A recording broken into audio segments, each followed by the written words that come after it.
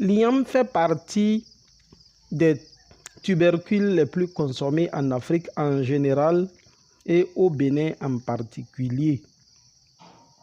Si elle existe sous plusieurs variétés, le Puna offre pour sa part un goût particulier et un prix de vente alléchant, constituant ainsi une source de revenus importante pour celui qui la cultive.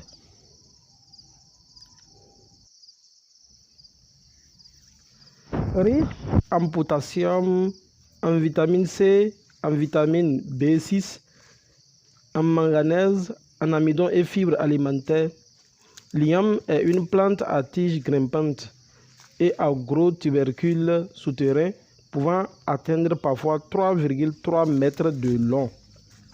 Elle revendique des origines africaines pour les variétés Dioscorea cayennensis et asiatiques pour les variétés Dioscorea alata. Au Bénin, la variété d'igname la plus prisée est le Puna, à raison de sa texture délicieuse et de sa propension à s'adapter à plusieurs mets, foutou, foufou, ragoût ou frites.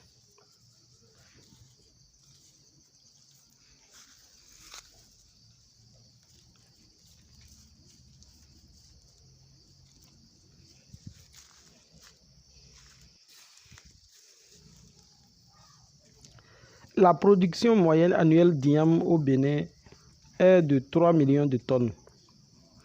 À côté du Puna, il y a d'autres variétés comme le Kokoro, le Kwakara, etc.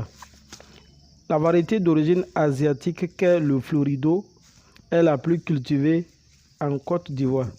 La culture de l'igname Puna est plus favorable au centre, au nord et au nord-est du Bénin et de la Côte d'Ivoire, même si les zones forestières du sud et de l'ouest ne sont pas à exclure.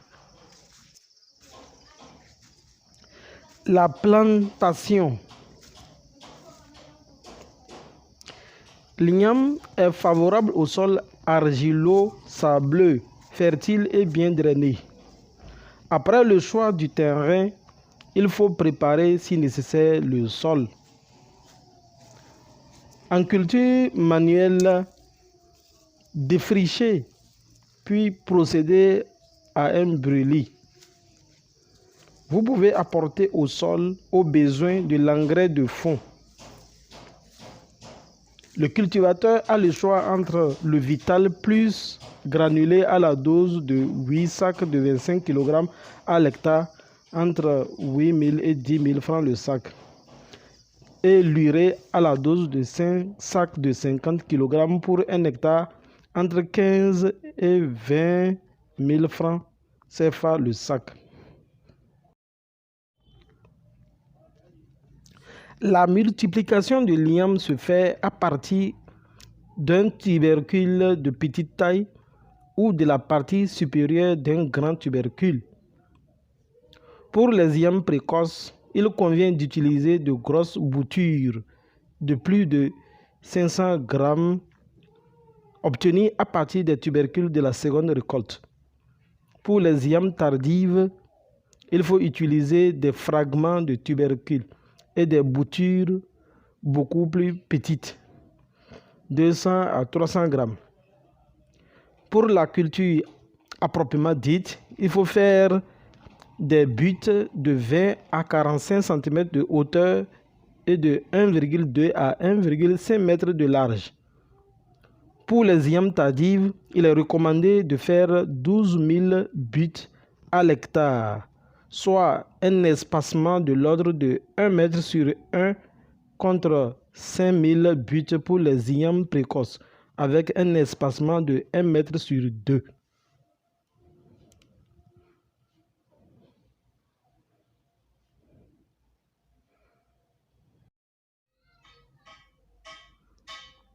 La plantation d'igname. La mise en place pour une plantation d'igname précoce doit se faire dès le mois de décembre. Pour les plantations dans le centre du pays, il faut commencer la plantation dès les premières pluies, entre mars et avril. Bonjour à tous. Pour les plantations d'igname tardives, Ce matin, la période idéale se situe entre mai et juin. Comment planter l'igname? Il faut frapper légèrement le sommet de la butte à l'aide d'une daba. Tirer légèrement le sable vers soi et mettre la semence en position verticale en gardant sa tête vers le haut. Ensuite, il faut retirer la daba en fermant la semence par le sable retenu par la daba. Il faut augmenter du sable sur le sommet de la butte si nécessaire, afin de couvrir entièrement la tête de la semence. Le chapeautage. Il est préférable d'enrouler les feuilles et les herbes en forme d'une couronne pour les déposer sur les sommets des buttes afin d'éviter que les rayons solaires ne détruisent les semences.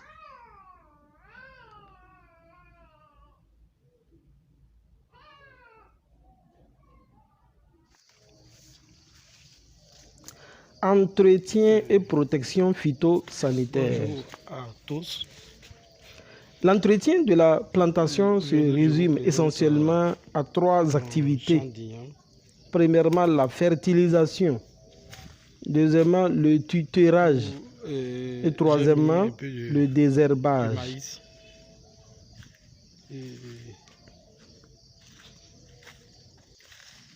Voici.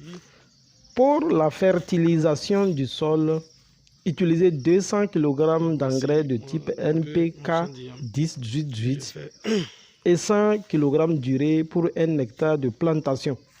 En plus de la fertilisation standard, il faut apporter 300 kg par hectare de dolomie ou de chaux maïsienne comme amendement. Toutefois, la fertilisation n'est pas nécessaire après une longue jachère.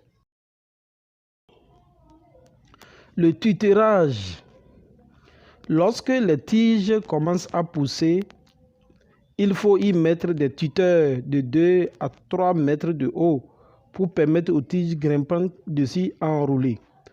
Ou lorsque vous avez tué des arbres dans le champ et qu'il y en a encore quelques troncs d'arbres qui sont debout, ces troncs d'arbres peuvent servir de support pour ces plantes. Le désherbage. Il faudrait aussi penser à faire un désherbage régulier à cause de l'hypersensibilité de l'igname à la concurrence des mauvaises herbes. Cela doit se faire de façon continue pendant les 3 premiers mois de la culture. Sur le plan phytosanitaire. Sur le plan phytosanitaire, les ennemis de l'igname sont les virus, les nématodes parasites, les champignons pathogènes et les insectes ravageurs. Pour cela, il faut éviter de replanter les tubercules infectés et marquer les plants malades pour écarter leurs tubercules au moment de la récolte. Vous pouvez aussi cultiver les plants plus résistants pour éviter les nématodes et les champignons.